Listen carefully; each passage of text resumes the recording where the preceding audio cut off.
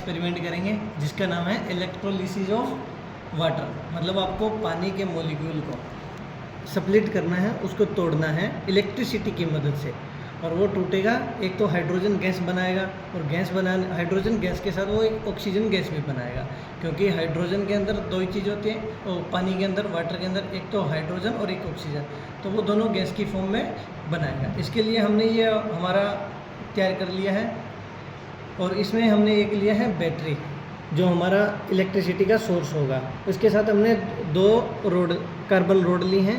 एक हमारा जो नेगेटिव टर्मिनल से जुड़ा हुआ है उसे हम कैथोड कहेंगे, जो हमारा पॉजिटिव टर्मिनल से जो जुड़ा हुआ है उसे हमने एनोड कहा है।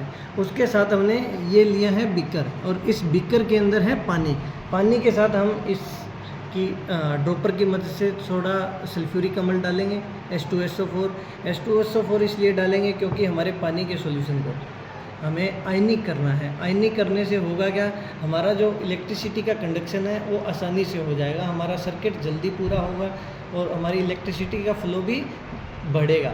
इसीलिए हम इसके अंदर H2SO4 का सॉल्यूशन डाल रहे हैं ताकि हमारा सॉल्यूशन आयनिक हो जाए।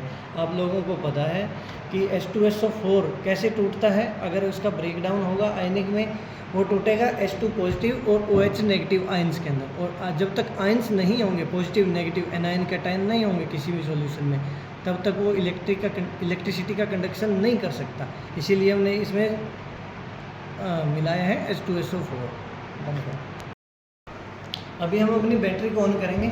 हमने पास में से देखना है कि दोनों जो हमारे टर्मिनल है, पॉजिटिव और नेगेटिव, पॉजिटिव एनोड और नेगेटिव कैथोड, इनके ऊपर नीचे पानी के अंदर बबल्स क्रिएट होंगे। आपने ध्यान से यही ऑब्जर्व करना है कि कौन से टर्मिनल के ऊपर ज़्यादा बबल क्रिएट हो रहे हैं।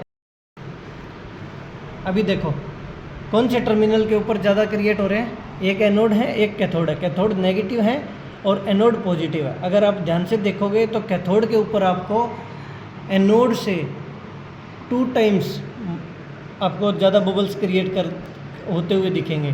तो इसका कारण क्या है, इसके ऊपर ज़्यादा गैस का, इसके अंदर ज़्यादा गैस बन रही है, और वो गैस कौन सी होगी वो हम आपको ऊपर दिखाएंगे। ब्लैक बोर्ड के ऊपर भी हमने ये पूरा एपरेटस बनाया हुआ है। ध्यान से अगर देख रहे हो तो देख रहे हो काफ़ी ज़्यादा मात्रा के अंदर कैथोड पर वो है बबल्स बनाया था, वो हमने ब्लैक बोर्ड के भी ऊपर बनाया हुआ है।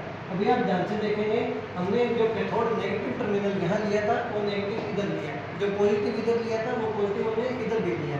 साथ में हमने पानी के साथ इसमें सल्फ्यूरिक अम्ल मिलाया है, क्योंकि सल्फ्यूरिक अम्ल हमें आयन देगा H2 पॉजिटिव और उसके साथ SO4 नेगेटिव आयंस देगा, और ये कंडक्शन ऑफ इलेक्ट्रिसिटी में हमारी मदद करेगा। अभी जैसे ही हम लाइट को ऑन करेंगे, जैसे ही हम अपनी इलेक्ट्रिसिटी को ऑन करेंगे, बैटरी को ऑन करेंगे, तो इसके अंदर हमें दोनों नोड के ऊपर बबल्स दिखे थे ना। वो बबल्स देखो, हमारे जो एनोड टर्मिनल है, पॉजिटिव टर्मिनल है, उसके ऊपर हमें थोड़ी मात्रा में दिखे थे, और जो हमारा कैथोड है उसके ऊपर हमें ज़्यादा मात्रा में दिखे थे। इसका कारण क्या है, देखो जब वाटर का मॉलिक्यूल टूटेगा तो H पॉजिटिव और O नेगेटिव बनाएगा, कुछ ऐसे ही बनाएगा। तो H पॉजिटिव क्या है, आयन। पॉजिटिव आयन कौन से होते हैं, कैटायन। और हमें ये भी पता है कि दो अपोजिट चार्ज जो अट्रैक्ट करते हैं एक दूसरे को, और सेम चार्ज एक दूसरे को रिपेल करते हैं। तो हमारे कैटायन के ऊपर कैसा चार्ज है,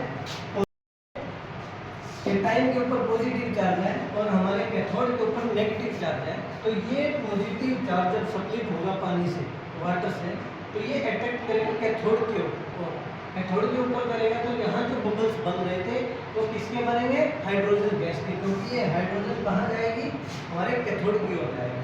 तो इसके दूसरी साइड हमारे पास क्या है, एनोड, जो पॉजिटिव टर्मिनल है, और यहाँ चार्ज पॉजिटिव है और यहाँ ऑक्सीजन के ऊपर नेगेटिव चार्ज है। तो ये दोनों चार्ज अपोजिट हो गए, तो दोनों एक दूसरे को क्या करेंगे, अट्रैक्ट करेंगे। इधर ये अट्रैक्शन है, इधर इन दोनों की अट्रैक्शन है। तो इधर ऑक्सीजन गैस बन रही है और इस साइड हमारी हाइड्रोजन गैस बन रही है।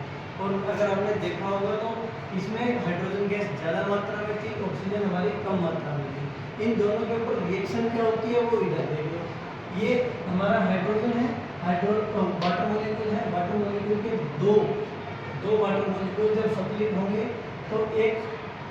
मॉलिक्यूल ऑक्सीजन का बनाएंगे, O2 बनाएंगे, O2 के साथ वो 4 हाइड्रोजन आयन प्लस 4 इलेक्ट्रॉन देगा। इलेक्ट्रॉन्स देने का मतलब और ऑक्सीजन बनने का मतलब क्या होता है? ऑक्सीडेशन। तो यहाँ हो क्या रहा है, अगर आप ध्यान से देखेंगे तो एनोड के ऊपर ऑक्सीडेशन होता है। अगर एनोड के ऊपर हमारे ऑक्सीडेशन हो गया, ऑक्सीजन बन गई, तो दूसरी साइड अपने आप क्या हो जाता है? रिडक्शन। रिडक्शन का मतलब क्या होता है?